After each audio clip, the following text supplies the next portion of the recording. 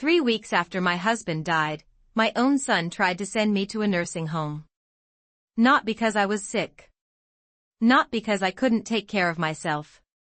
But because his wife wanted to move her mother into my house. The house that my husband and I built together 42 years ago. And the worst part was, my son believed her. But what they didn't know was that my husband had left something behind for me. Something that would change everything. My name is Evelyn Carter. I'm 68 years old, and until recently, I believed I had a loving family. For 42 years I was married to the most wonderful man I had ever known, my husband Thomas. He wasn't rich, and he didn't have some impressive title or fancy career. Thomas worked construction most of his life. His hands were always rough from work, and there were days he came home covered in dust and sweat. But he had the kindest heart anyone could ask for. We met when we were both young. I worked as a waitress at a small diner on the edge of town, the kind of place truck drivers stopped at early in the morning for coffee. Thomas started coming there before work. Every morning he ordered the same thing, black coffee and toast. For weeks he barely said anything except thank you. Then one morning he finally smiled and asked me if I ever had a day off. That simple question turned into a conversation. The conversation turned into friendship. And before I realized it, that quiet man who drank black coffee every morning had become the most important person in my life. We didn't have much money in those days. Rent was expensive and everything felt uncertain. But Thomas always had one dream he talked about again and again. He wanted to build a house. Not buy one. Build one with his own hands. I remember the day he showed me the land he had bought after years of saving. It was just a small empty field outside the city. There was nothing there except tall grass and a few old trees. But Thomas stood there looking at that empty land like it was the most beautiful place on earth. "This is where our home will be," he said. And he meant it. After work every evening he drove to that piece of land and started building. Sometimes he worked until midnight. I used to bring him sandwiches and lemonade while he worked. I would sit on a folding chair and watch him measure wood and hammer nails under the dim light of a work lamp. One night I asked him why he worked so hard when we could just buy a small house somewhere. He wiped the sweat from his face and smiled at me. "Because this one will be ours," he said. "And every wall will have a story." Little by little, the house began to take shape. First the foundation. Then the frame. Then the roof. It took nearly 2 years before the house was finished. But when we finally moved in, I remember standing in the living room and feeling like we had built something truly special together. That house became the center of our life. A few years later our son Daniel was born. Thomas cried the first time he held him. I had never seen him cry before. He looked down at our tiny baby and said something I will never forget. "Everything I do from now on is for him." Daniel grew up in that house.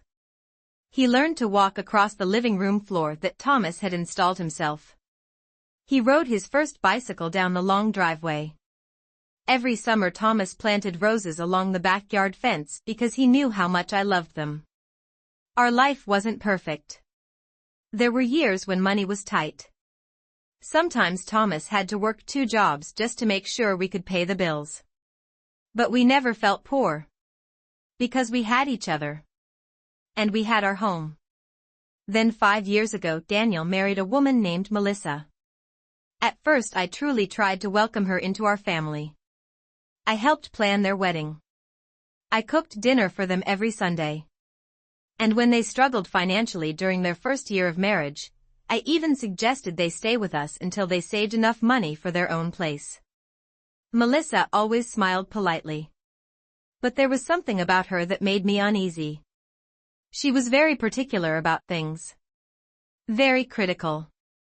She often made small comments about how the house was organized or how I cooked. At first I told myself I was imagining things. Because Daniel seemed happy. And as a mother, that was all I wanted. But everything changed 3 weeks ago. That was the day my husband died. Thomas had been feeling sick for a few days, but we thought it was nothing serious. Then suddenly one evening he collapsed. By the time we reached the hospital, it was too late. After 42 years together, the man who had built my entire life with me was suddenly gone.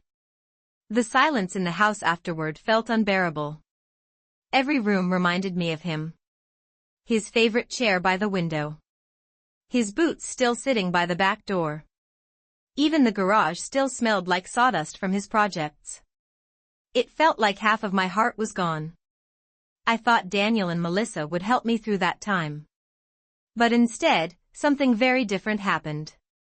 At first Melissa said she wanted to help around the house. But her version of helping meant changing everything. She started rearranging the living room furniture. She threw away some of Thomas's old belongings without asking me. One afternoon she even told me my cooking smelled too old-fashioned. Little by little I began to feel like a stranger inside my own home. Then one night I overheard something that changed everything. It was late, and I had gone to the kitchen to get a glass of water. As I walked down the hallway I heard Melissa whispering to Daniel. "She can't stay here forever," Melissa said. My footsteps stopped. Daniel sounded uncomfortable. "Melissa, it's only been a few weeks since Dad died." Melissa sighed impatiently. "I know. But we need space. My mother needs somewhere to live." There was a long pause. Then Daniel asked quietly, "What are you suggesting?" Melissa answered immediately. "A nursing home." It felt like my heart stopped. I stood frozen in the hallway, unable to move. 2 days later Daniel asked me to sit down in the living room. Melissa sat beside him with her arms crossed. Daniel looked nervous. "Mom, we need to talk." Melissa spoke before he could continue. "We assumed the house would pass to Daniel someday," she said calmly. "We're going to make some changes." My chest tightened. She continued speaking as if she were discussing something completely normal. "My mother will be moving in with us. And we've already found a very nice nursing home for you." For a moment I couldn't speak. "You want me to leave my home?" I asked quietly. Melissa smiled in a way that felt cold. "It's the best solution for everyone." Daniel didn't even look at me. That hurt more than anything she could have said. That night I couldn't sleep. I walked slowly through every room of the house. The kitchen where I had cooked thousands of meals. The living room where Daniel opened Christmas presents every year.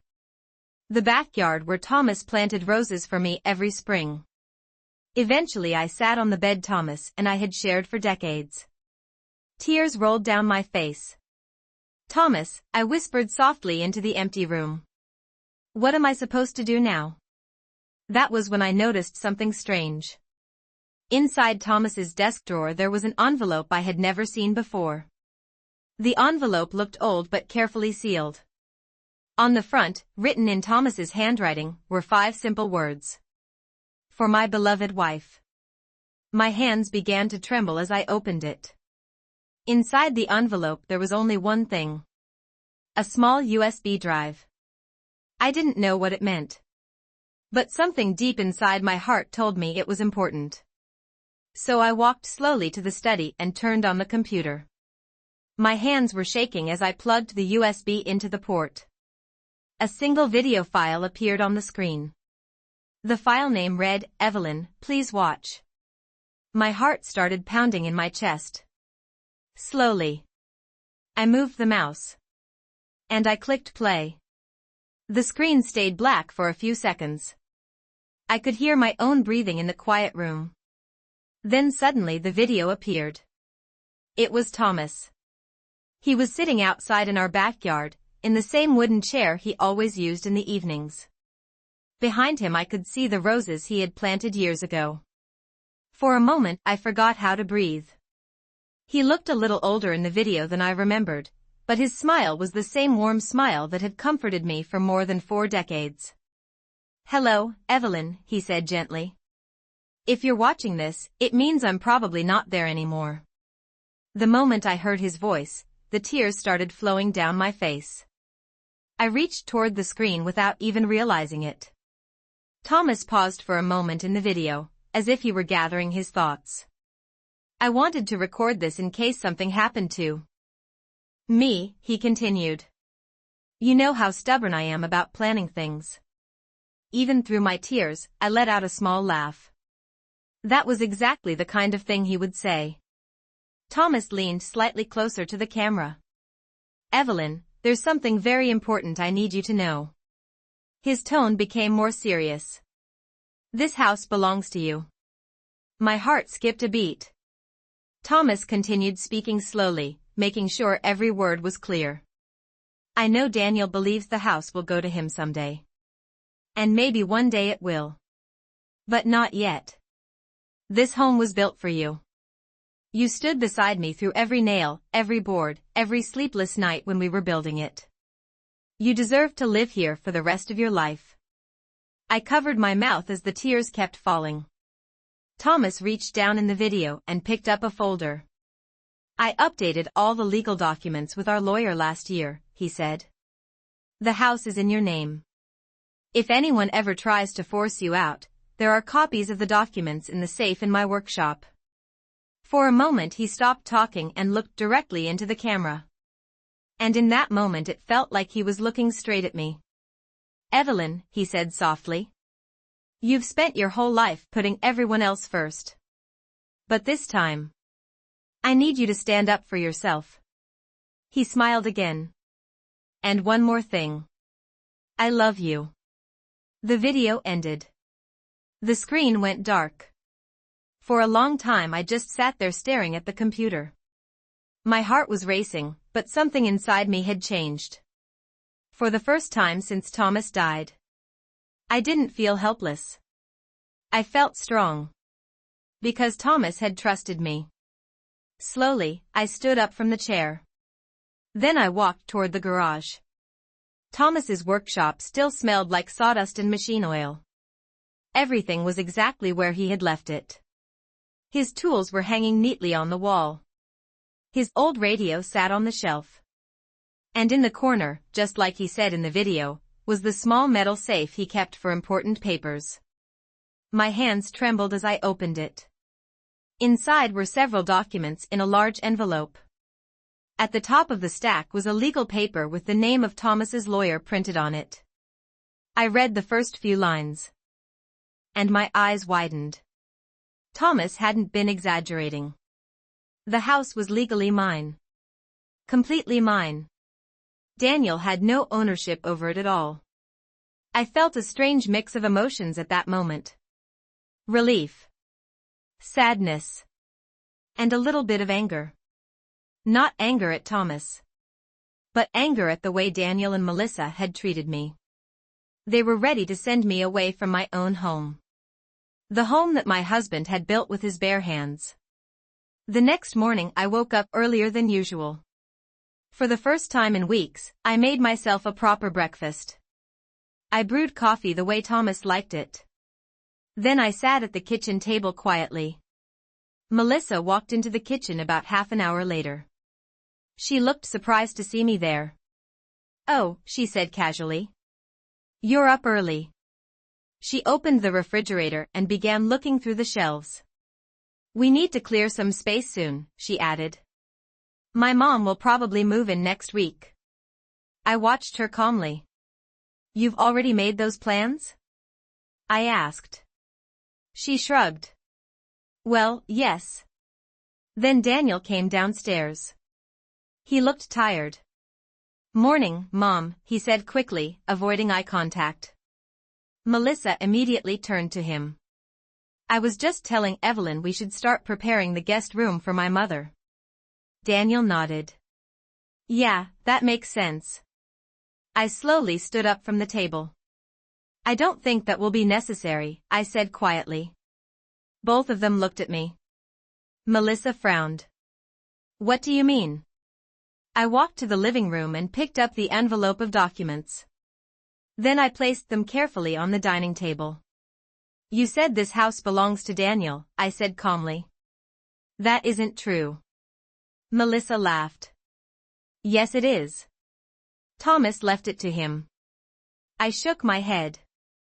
No, it belongs to me. For the first time, Melissa's confident expression disappeared. What are you talking about? She demanded. Daniel looked confused. Mom, what do you mean?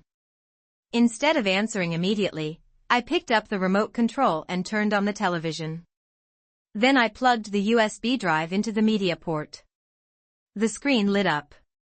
Thomas appeared sitting in the garden. Melissa's face went pale instantly. Daniel leaned forward in shock. What is this? He whispered. I didn't say a word. I simply pressed play. And we watched the video together. The room became completely silent. Thomas's voice filled the house once more. When the video ended, no one spoke for several seconds. Daniel looked like he had just been hit by a truck. Melissa was staring at the documents on the table. Her hands were shaking. That can't be real, she said. I slid the legal papers toward them. It is. Daniel slowly picked up the documents and began reading. His face turned pale. Finally he looked up at me. Mom, the house is really yours? I nodded. Yes. Silence filled the room again. Melissa stood up abruptly. This doesn't change anything, she snapped. But I looked at her calmly. Oh, I said softly. It changes everything. Melissa crossed her arms and looked at me like she was still trying to find a way to win. This doesn't change anything, she said sharply. Her voice had lost the sweetness she usually used around other people. Now it sounded cold and irritated. Daniel was still staring at the documents, flipping through the pages slowly. Melissa, the paperwork is real, he said quietly. But she shook her head. There must be a mistake. I watched both of them calmly. A few hours earlier I would have been terrified in this situation. But now something inside me had changed. Thomas had trusted me to protect the life we built together. And I wasn't going to let anyone take it away. Melissa suddenly turned toward me again. Well, she said with forced confidence, even if the house is technically yours, Daniel is your son. We're still family. We can all live here together. The way she said it made it sound less like a suggestion and more like a demand. I looked at her for a moment before answering. Melissa, I said quietly, 3 days ago you were planning to send me to a nursing home. Her face tightened. That was just, no, I interrupted gently. That was exactly what you meant. Daniel lowered his head. The silence in the room felt heavy. For the first time, I could see doubt forming on his face. I turned toward my son. Daniel, I said softly, this house was built by your father and me. Every wall, every floorboard, every window. I paused. And when your father died, you didn't even ask how I was feeling. Daniel's eyes filled with guilt. I didn't think, no, I said again quietly. You didn't. Melissa suddenly slammed her hand on the table. This is ridiculous, she snapped. You're acting like we're criminals. I remained calm. No, I said. I'm simply telling you the truth. Melissa took a step closer to me. So what are you saying? She demanded. You're kicking us out? For a moment, the room was completely silent. Then I nodded. Yes. Her mouth fell open. Wait, we can talk about this. I replied calmly. This house belongs to me. Daniel looked back and forth between us, clearly overwhelmed. Mom, wait, he said nervously. Maybe we can work something out. But before I could respond, Melissa started talking again.